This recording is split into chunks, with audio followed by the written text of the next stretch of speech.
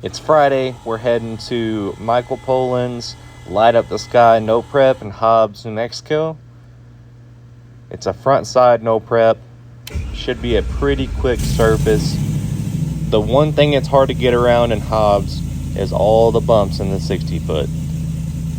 There's quite a few bumps and transitions in the 60 foot. Kind of difficult to get past.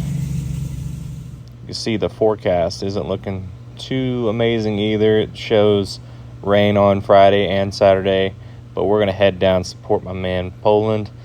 We got hats back in stock if y'all want any.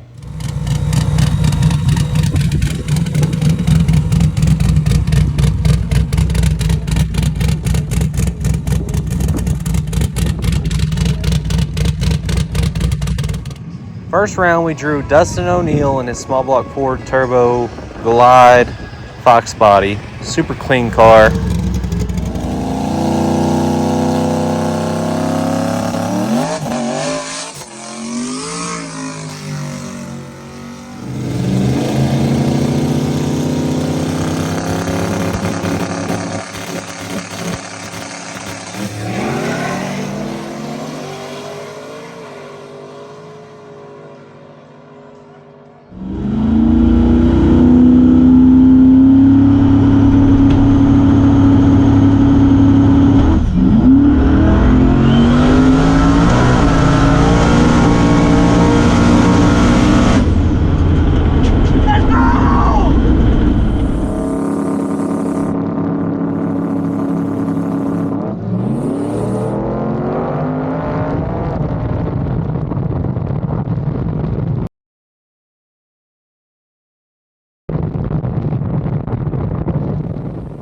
So, I want to kind of explain what happened. I have a bad habit of just putting my toes on the gas pedal instead of my whole foot. So whenever I let go of the trans brake, my foot slipped off to the side a little bit, and I got back in it as soon as I could, and luckily we had enough in it with the scramble and everything to get back around him. That was a very tight race, and definitely got lucky on that one.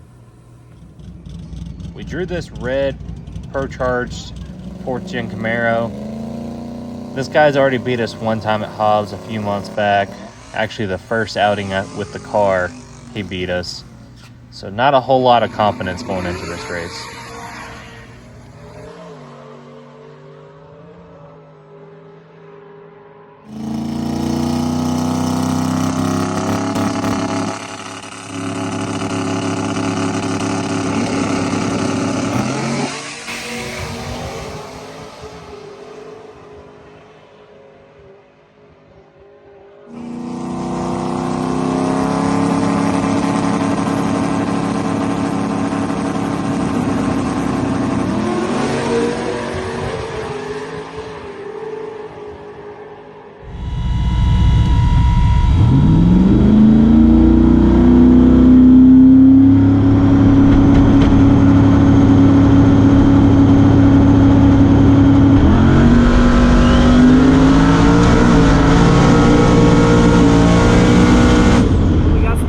Back on that one.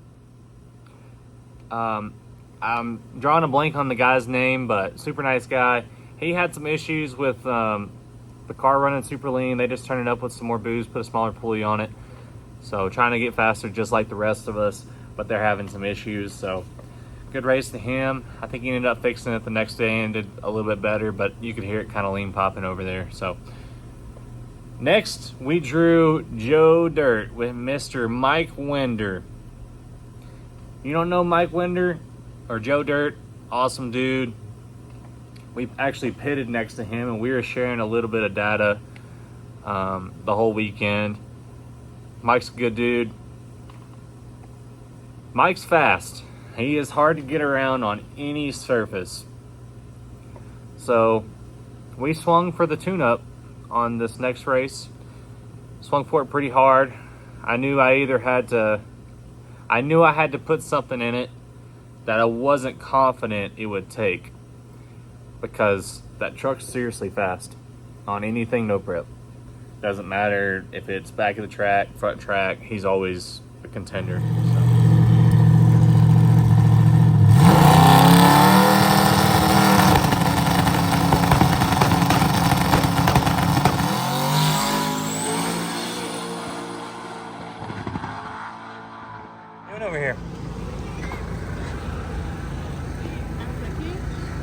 Dang. So what you're saying is after I win, I'm gonna get some fajitas. No, you don't get no redos around here.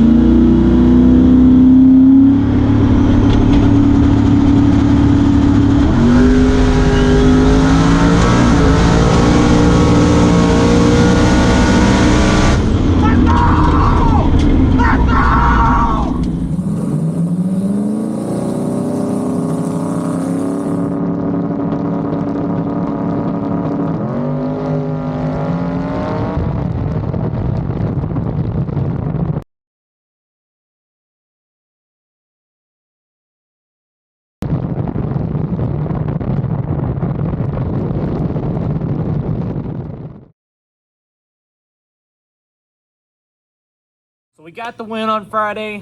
The finish line margin was .00002. That's a tight race. I don't think you can get tighter than that. So we ended up showing each other our time slips, and he had me by a few hundredths ET wise, and I had him by a few hundredths on the tree. So it was an amazing race. Fast forward to Saturday, I kind of got caught up in talking to people and didn't realize there was a chip draw going on.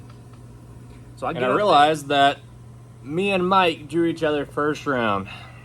So I took the same tune-up from the night before and added a little bit of timing in the 60 foot and gave it a lot out the back. We had 32 pounds of dome on it, the pass against Mike in the finals, and there's gonna be 40 pounds of dome on it this race once it clicked high gear, second gear. So we changed that, also spiced up the top of the first gear. My car's a little tricky on the no prep stuff. Most of the glide cars, their boost ramps look, generally they're, like a mountain. But mine, I kind of have to ease it out until it gets in the second gear, it being a shorter first gear.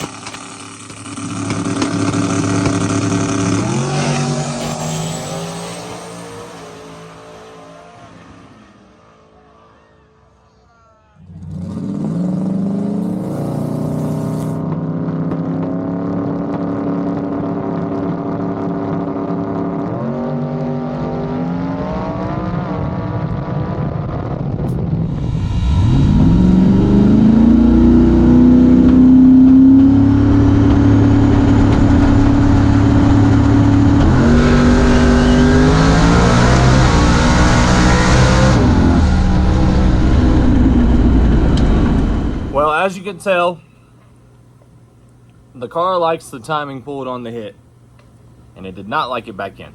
So what happened there is the tires spun over one rotation, and when it spun, it clocked the car a little bit. Not a whole lot, but you gotta understand, with these cars, how fast they're going, they have to be in the groove in order to put that amount of power down. You tune for being in the groove.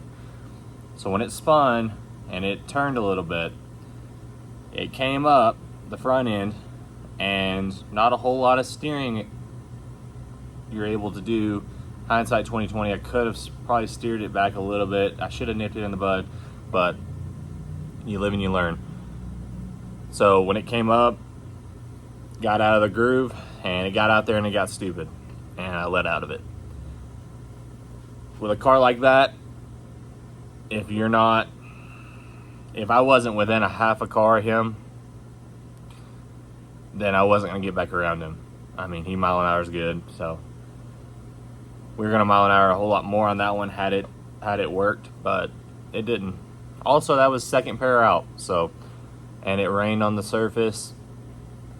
Should have dialed it back, but mentally what's going through my brain is I know how fast he went. I've got to get there. If I can't get there, better for him to be in the race than me. So, y'all comment, like, and subscribe. Coming up, we are planning on doing some testing. I ordered some stuff for the car. We've been in the money the last 2 weekends, so I figured it's time for a little bit of change. We got some front TBM brakes on the way, so that should save quite a bit of weight. I've heard it's about 40 pounds a side, so hoping to drop 80 pounds from that of rotational mass. That'll be awesome. That'll help us pick up some mile an hour, and we need some mile an hour to keep up with mainly Parker. That dude just it just mile an hour is crazy. Also, if you have a Kirky with a black seat cover, I'm looking for one. That's another 40 pounds we can pull out of the car. It's heavy right now, so just kind of trying to make small changes. We need to go test on the new converter. Had I tested before this happened, then I would have known that the car didn't like the timing put back in it. So it's just one of those deals that, this is what happens whenever you test in competition. You make mistakes and you figure out that things don't work. So y'all comment, like, and subscribe. We got hats in stock, $25 a hat. Y'all message me if you want one. I can ship them to you, whatever. We'll see y'all next video.